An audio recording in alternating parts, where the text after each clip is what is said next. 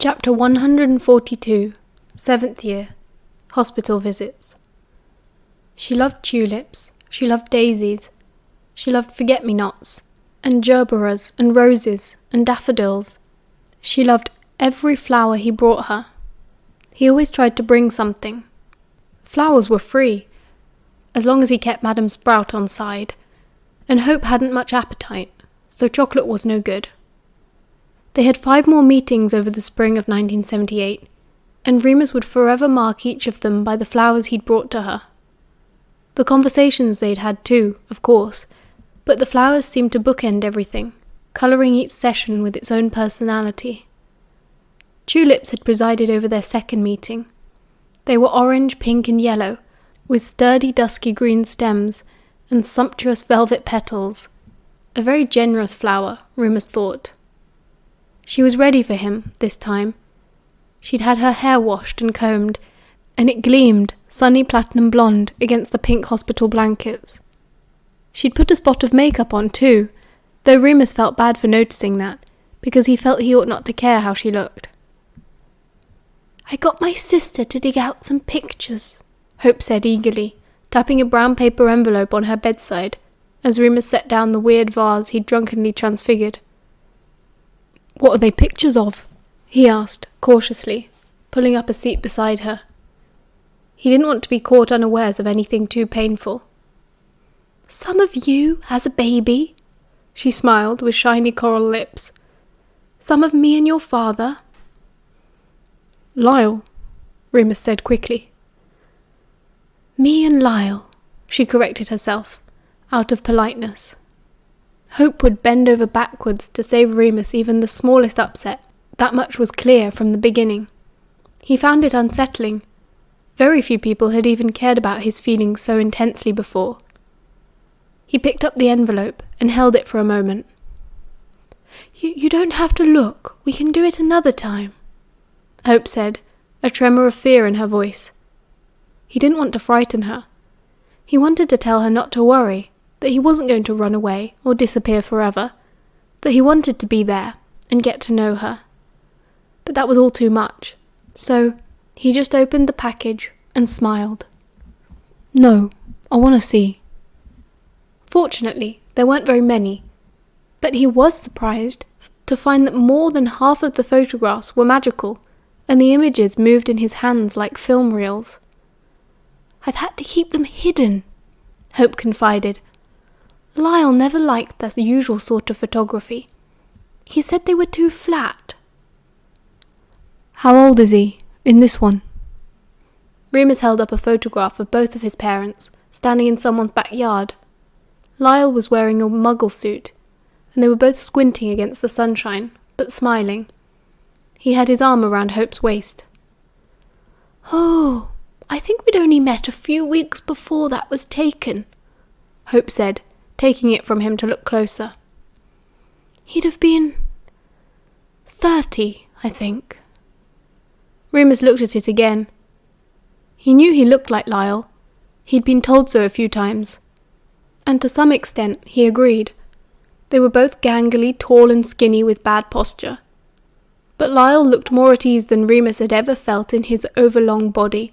His movements in the photograph were confident and self-assured. She let him take the pictures back to school, and he tentatively showed his friends. Over his 7 years at Hogwarts, he'd been shown a lot of family photos. Peter and James kept pictures in their frames on their bedside, or else tacked up on walls over their dressers. Lily had an album that she flipped through when she was homesick, and Mary had a shoebox full of holiday snaps, Christmases, postcards, and pictures of her cousins in Jamaica. So it was a surprisingly nice experience, Remus thought, being able to share his own modest collection. "That's them," he said, shyly, as they sat around the fireplace. "Them are parents." "Remus, you look just like your dad," Lily said, meaning to be kind. "Wow, look at your mum's hair," Mary grinned. "What a glamorous puss." "Ah!" James snatched another picture, waving it at everyone. "Look at little baby Mooney!" It was silly, Remus knew, But he felt the beginnings of pride, sharing his family like that. Proof that he'd been normal, once, just like his friends. This is who I am. This is who I come from.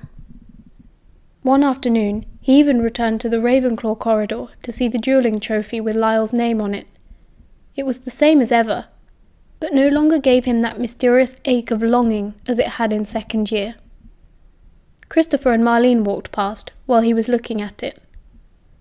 "Oh, Lupin," Christopher said, surprised, peering into the case to read the trophy. "Is that your dad? Cool." "Thanks." Remus put his hands in his pockets, suddenly bashful. Marlene touched his shoulder in a friendly, comforting way. He smiled at her, gratefully. "I met my mum recently," Remus explained to Christopher. "And it just had me thinking." "You met your mum? I thought your parents were dead." Christopher scratched his head. Honestly, if it wasn't written down in a book, then he could be incredibly dense about some things. "Just Lyle," Remus said calmly, nodding at the trophy. "So, if your mum's okay, why did you live in a home?" "Shut up, Chris," Marlene said, tutting. She slipped her arm through Remus's, linking them together. "Come on, love, it's dinner soon." She began to lead him away. I didn't mean to be rude," Christopher said, hurrying along behind them. "It's okay," Remus reassured him, doing some quick thinking. "My mum's in the hospital. She's not been well enough to look after me." It was only half a lie. "What was he like?" Remus asked Hope, the next time he saw her. A pot of geraniums this time, bright red and gaudy, with lovely wide leaves like Chinese fans. "Lyle?" she asked. He nodded, braced for impact. "He was the cleverest man I ever met," Hope said decisively.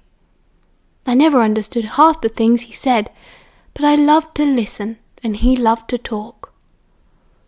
"Sounds a bit arrogant," Remus said uncomfortably. Hope laughed. "Ha! Oh, he was arrogant, all right. He knew it too. Always had to be right. Had to have the last word. We fought like cat and dog over it sometimes." She saw Remus's look of dismay and hurried to clarify. "But I loved him for it, though. I loved how sure he was, how reliable. He never let me down." Yes, he did, Remus thought bitterly. She was forgetful about things like that. Perhaps it was her illness, or just a side effect of a shortened life. She was relentlessly optimistic, unable to find fault in the people she loved. She told him how they met. It was like a fairy tale. "I was walking home from work one afternoon. I was an operator at the telephone exchange back then. I took a shortcut, same one I always did, from the main bus stop in town, through a little bit of woodland. Then, out of nowhere, this man came and attacked me. A vagrant, I thought, or an escaped prisoner. I screamed, and it was Lyle who saved me. Well, I loved him the moment he held me in his arms. He was a hero. Of course, he told me later it had only been a boggart, but it was still very brave, wasn't it?" Remus nodded absently. "I've met some people who knew him," he said. They've told me he had a bad temper." "What?" "No," she frowned. "He got het up sometimes, don't we all? But he was always kind and always gentle with us. He hated violence." "Right," Remus nodded. He never knew what to think about Lyle. Nothing about him ever felt real, because nothing Remus ever learnt could wipe away what he'd done. Conversations with Hope weren't always difficult. Often they were very pleasant. They talked about small, inconsequential things. Likes and dislikes, favourite foods, favourite films or songs. She loved the Beatles and Fairport Convention, and most of all, she liked Simon and Garfunkel. She liked the sad songs. She hummed along to The Only Living Boy in New York when it came on the record player, but America was her favourite because it made her cry. Sometimes she was very unwell and she dozed, wavering in and out of consciousness. He just sat by and read his book until it was time to go.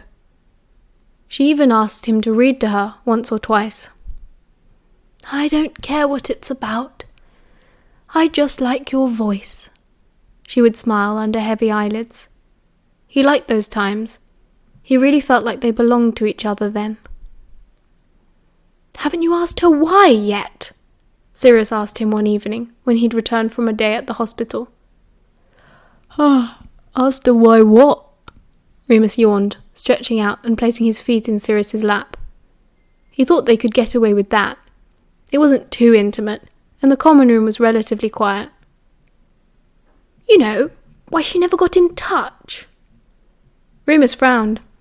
He leaned his head back on the arm of the settee and stared up at the ceiling. "No," he said. "I don't see the point in asking." "I'd want to know," Sirius replied, fiddling with Remus's bootlaces. "Well," Remus replied coldly, "that's you." "Okay," Sirius replied. "Sorry." Remus felt a twinge of guilt. Sirius had been extremely sensitive about bringing up Hope, letting Remus take the lead when it came to discussing it, so it wasn't fair to snap. In truth, he was terrified. He wanted very much to know exactly what Hope had been doing with herself for 13 years, but he knew that there was no answer that would satisfy him. The other children that had been mentioned by the nurse on his first visit were never brought up, and she didn't wear a wedding ring. There were no other photographs around her hospital bed, and no signs that anyone else was visiting. And Remus was selfish. He liked having Hope all to himself, pretending that there was no one else in the world. It was the only way they could communicate for now, he decided, to shut out all the noise of the other people and just be themselves together. "That's a big book," she smiled, waking up halfway through another visit. Daisies that time, big, cheerful, friendly flowers. "What's it about?" "History revision," he explained, closing it carefully, now that she was awake. "I've got my final exams coming up." "Clever boy," she murmured, her eyelids fluttering. "What's your best subject?" History, I suppose," he replied. "But I'm good at charms, and I like care of magical creatures a lot." "Just like your dad." She smiled, eyes closing. Her face was very pale that day, and he didn't try to correct her. She was obviously exhausted. Maybe you'll save a pretty girl from a boggart one day," she chuckled quietly. "Yeah, maybe," he replied, because he felt bad about lying. I like transfiguration too, but my friend Sirius is the best in the class. He can turn himself into a dog and everything." She smiled. "Sirius is a nice name." "Yeah, Sirius Black," Remus said. He was glad her eyes were closed. It made things easier. "He's my best friend. I mean, I have a lot of friends, but he's the most. We're probably going to live together after school finishes." "That'll be nice." She fell asleep again. Remus fidgeted for a bit, feeling anxious, then returned to his revision. He woke her up just before he had to leave, though. "See you next week." She clasped his hand with surprising strength. "No, sorry." He shook his head. Next Friday is a full moon, so I won't be able to travel on a Saturday." "Full moon," she murmured, taking a few seconds to understand. When the fog cleared, she had a sharp look of panic, which Remus couldn't bear. "Maybe I can come on Sunday, though. I'll see." He bent down and kissed her cheek very lightly. She began to cry, and he had to go. He was halfway across the ward when he heard her mutter, very quietly, "Damn you, Lyle Lupin, you bastard." Chapter 143. 7th Year. Breakdown. Friday the 24th of March, 1978. 3 a.m. Remus rolled over again. He couldn't sleep. He was too hot with the duvet on, too cold if he pushed it off. His legs kept getting all tangled up in the bedsheets. His pillow had lumps in it, and somewhere in Gryffindor Tower a tap was dripping, which was driving him insane. On top of this, he just didn't feel tired. He sighed heavily and rolled over again. Beside him, Sirius groaned. Moony, you are my bestest friend, and I would probably dive in front of a curse for you. But if you wake me up one more time, then I cannot be held responsible for my actions." He said all of this without opening his eyes. "Sorry," Remus whispered. "I think it's the moon. I can't sleep. Sorry." He got out of bed. It was no use keeping both of them up. Outside of the bed curtains, in the early morning gloom of their bedroom, Remus stood at the window for a while. It was a clear night, and the moon was almost full, just one slither missing. He wondered if he had ever seen a full moon with his own human eyes. Perhaps he'd been too young to remember. The forest beneath the moon was black with shadow, and it seemed unbelievable to Remus that in only a few hours he and his friends would be running through those dark, mysterious trees as if it was their own personal playground. Just now, it looked terrifying. A great black pit that could swallow you whole. Only 4 more moons at Hogwarts. And then what? He put that thought away for another time. Remus looked at his own unempty bed unenthusiastically. The curtains hadn't been drawn over for weeks because he never slept there, only used it for homework. As a consequence, it was covered with books, broken quills, chocolate wrappers, scrunched up balls of paper. Even if it had been tidy, the sheets looked somehow cold and uninviting in the moonlight. He'd have sighed again, but he didn't want to make any more noise. There were some biscuits in the common room, a tin from Mrs. Potter. If he took his book and his fags, he could have quite a pleasant few hours before he finally fell asleep, or it was time for breakfast. His stomach growled, and that was the decision made. He pulled on a pair of thick socks. They were Peter's, actually, but he never minded lending stuff like that too much. He picked up his wand and his book and crept down into the common room, careful to step over their squeaky stair as he did. As Remus pushed open the door to the common room, he realised too late that he was not alone. The fireplace was roaring, and the lamps around the couches glowing warmly. A figure was cuddled up on the largest red velvet settee, wrapped in a thick maroon blanket, with just a long black plait poking out of the top. In the armchair, clutching a mug of warm Ovaltine, staring fixedly at the fire, was Marlene. She looked up as he entered, and Remus had no choice but to smile affably and approach her. As he neared, he could see that her eyes were dark and heavy, her cheeks red and tear-stained. "Hi," he said, low, so as not to wake Yaz. She gave a small, far-away smile, unfurling slightly, wiping her cheeks. "Hi." "You okay?" He stood just close enough. He didn't want to know the answer. He regretted everything, and wished with every fibre of his being that he was back in bed with Sirius, getting kicked in the shin every time he rolled over. Marlene shook her head mournfully, staring at the fire, her eyes filling up with tears. It was a familiar sight these days, and not just Marlene. Bad news was so common. Family members in hospital, or dead, or worse than that, missing. "I said he could get in touch through the fireplace if he wanted to talk tonight," she whispered, her voice hoarse as an old woman's. "Danny, It's the full moon tomorrow. Well, tonight, I suppose. She glanced at the grandfather clock. Oh, is it? Remus assumed as casual an air as possible. Marlene nodded, still looking at the fire.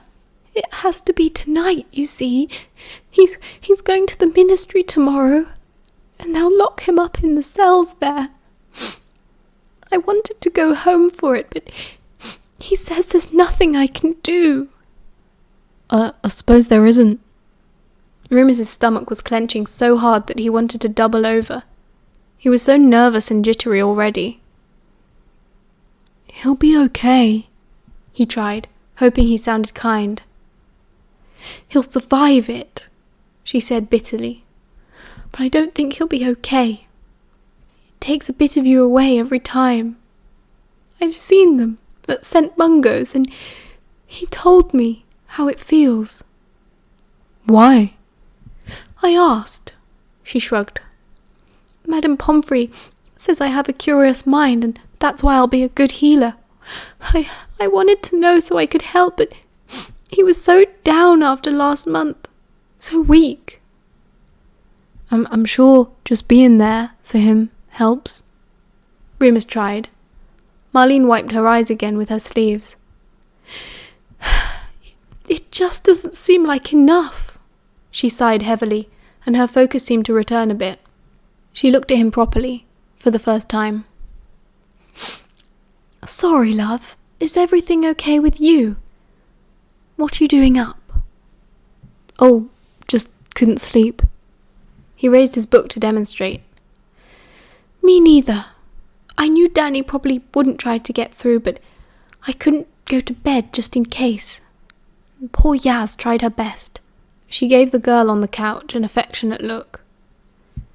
She's too good for me by half. Personally, I don't think anyone's good enough for you, Remus said, though it wasn't him speaking, not really. They were Sirius's words. He'd noticed himself sounding more and more like Sirius, and found he didn't mind it. Anyway, it made Marlene smile again. Lovely boy, she said softly. Sit down, yeah? You're making me nervous hovering like that. He sat awkwardly on the sofa opposite Yaz. Marlene sat up, stretching, as though her back hurt. As she unfolded her legs from underneath her, a quill fell onto the floor. Oops. She leaned over to pick it up. I was going to try and write him a letter, but I don't know what to say. She pulled the blank parchment out from the side of the armchair cushion. Remus sat stiffly with his book in his lap. Is it really a cell they put him in at the ministry? He asked, unable to contain his grim curiosity. She stood up to stretch more, and nodded. Yeah. Mum said he wouldn't tell me about it, which means it must have been bad. Mum said it's better I don't know too much. Remus kept his mouth shut, not trusting himself. Marlene tilted her head, sympathetically. I'm so sorry, Remus. I didn't even think. I feel awful whinging to you about this, given your situation. What? He stared up at her, his heart skipping a beat. With your mum being in hospital, Marlene replied, yawning, setting down the quill and the parchment on the coffee table between them. No wonder you can't sleep either. Oh, yeah. He willed himself to calm down. Yeah, it's okay though. I understand. Can I sit with you for a bit? You can read your book. I won't bother you, she asked, biting her lip. I just don't want to be the only one awake. Yeah, of course. To his surprise, she didn't sit back down, but came over to join him on the couch. She settled in, making herself comfortable, pulling a blanket up to her chin. He pretended to do the same, opening his book and leaning casually against the arm of the chair. Revision? She asked, resting her cheek on his shoulder. What else? He replied. Advanced arithmancy. Oh, Remus, She yawned again, her voice thick. How fascinating. She relaxed a bit and rested a hand on his knee. He gave it a quick squeeze for comfort. You know me, he said softly, joining in her sarcasm. I live dangerously.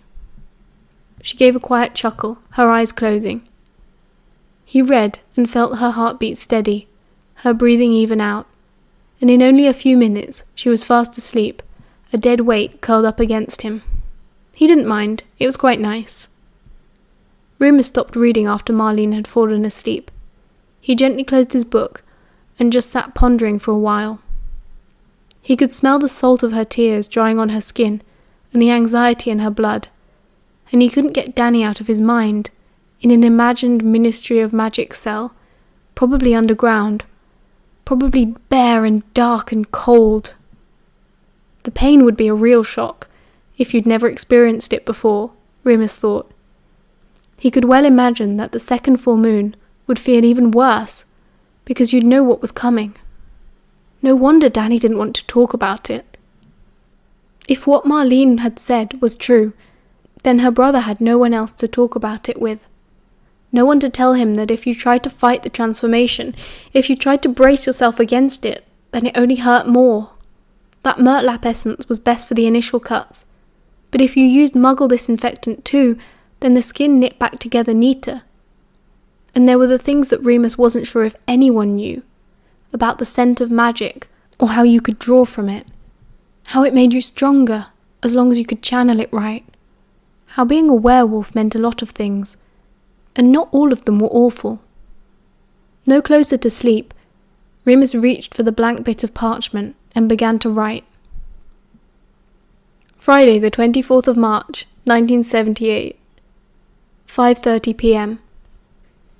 You don't have to walk me, Remus snapped irritably. I know where the hospital wing is. I know, Sirius replied cheerfully, getting up anyway. James, Peter and Lily all looked down at their food. You haven't finished your dinner, Remus frowned. Nor have you. That's because I don't want to puke all over myself when crippling agony hits, Remus muttered darkly. Sirius glanced down at their friends, all staring stalwartly at their empty plates. Come on, Moony, let's go, he said, a bit more gentle. Remus shoved his hands deep in his robe pockets and strode quickly out of the great hall, forcing Sirius to jog slightly to keep up. Hey! The dark-haired boy hurried after him. Remus didn't slow down until they were halfway to the hospital wing. Okay, I get it, you're in one of your dark moods, Sirius puffed. I'm always in a dark mood, Remus tutted. You ought to stop smoking. How are we going to beat Slytherin if you're so out of breath you can't keep up with me? You can talk, Sirius straightened up. This is the first time I've seen you without a fag in your mouth for weeks. Anyway, what's wrong? Really? You have to ask? Remus sped up again. Okay. Sirius grabbed his arm to slow him down. You're not sleeping, and you couldn't have dinner, even though pudding was millionaire shortbread. Which was your favourite? Fair enough, I'd be grumpy too. I'm not grumpy, Remus objected. Touchy, then. Fuck off, Remus practically growled. Leave me alone if you're going to be an arse. I'm just trying to keep things in perspective. You don't understand. Make me understand. They were nearish to the hospital wing now, and everyone was at dinner, so the corridor was empty, which was lucky, because Remus didn't check before he completely lost his rag. Make you understand, he raved. Fucking hell, okay then.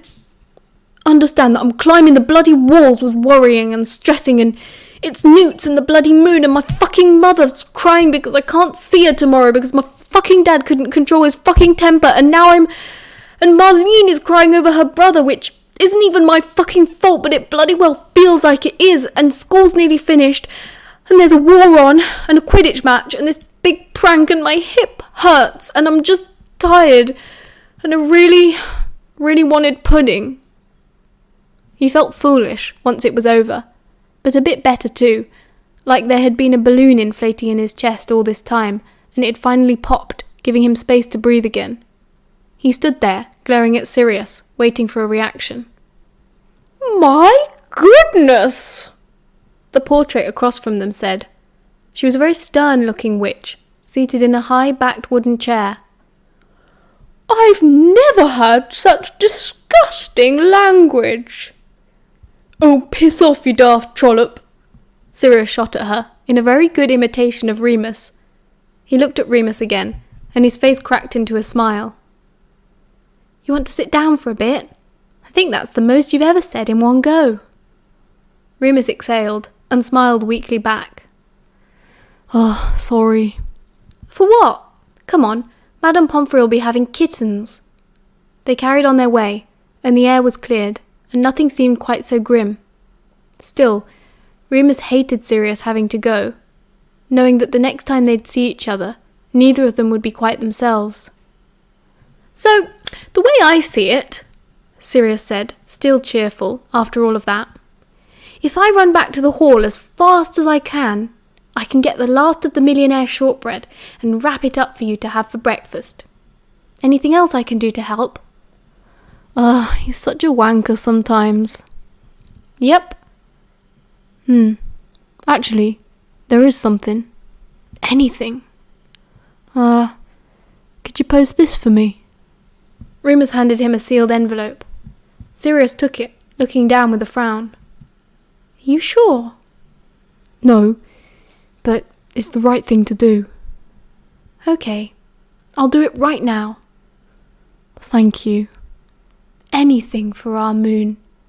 Remus shut him up with a kiss. Saturday the 25th of March, 1978. The transformation hadn't been as bad as he'd expected, maybe because nothing can ever be that bad when you truly expect the worst. And the night itself was wonderful. He had run and run and run until Prongs and Wormtail were lost miles behind them, and it was just the wolf and the dog, snapping at each other playfully, goading each other on. In the morning, once Remus had withered and twisted back into his human body, he felt as though his bones were made of cooked spaghetti. He was so exhausted. He stumbled back into the hospital wing with Madame Pomfrey, half asleep, and was grateful to collapse into his favourite bed by the far window and sleep the whole morning away. It was blissful not to be worrying, not fidgeting or clenching his jaw or looking for a distraction. It was late afternoon before Marlene finally heard about the letter. The noise of her arguing with Madame Pomfrey woke Remus. He jolted awake, heart beating faster at the sound of raised voices. The first thing he saw was Sirius, fast asleep in the chair next to him, arms folded across his chest, head lolling, feet propped up on the edge of the hospital bed frame. There was a plate of at least 20 millionaire shortbreads on the bedside table. Sirius's eyes snapped open a few seconds after Remus, and he blinked, surprised, and frowned. "Is that McKinnon?" "Let me see him, Poppy!" "Miss McKinnon! I absolutely will not have this! I know he's here! I shall call Professor McGonagall! Remus! Remus Lupin!" "I'm here, Marlene." Remus began to get out of bed, ready to face the music. If it was all over, he'd still made it 7 years. He was still legally allowed to perform magic, even if he did get exposed. "It's okay, Madame Pomfrey," he called, as Marlene came clattering across the ward, yanking back the screen which hid him. "Is it true?" Her hair flew about her face as she stormed in, her eyes wild and wide. She stared at him, and Remus knew she was really seeing him for the first time, analysing. A natural healer. Marlene looked at the bed and Sirius, and Remus's scars and battered frame, and he knew she was remembering every time he had been tired or missed a lesson or had a new scratch. The light of truth flashed in her eyes, and she burst into tears. "You fucking bastard!"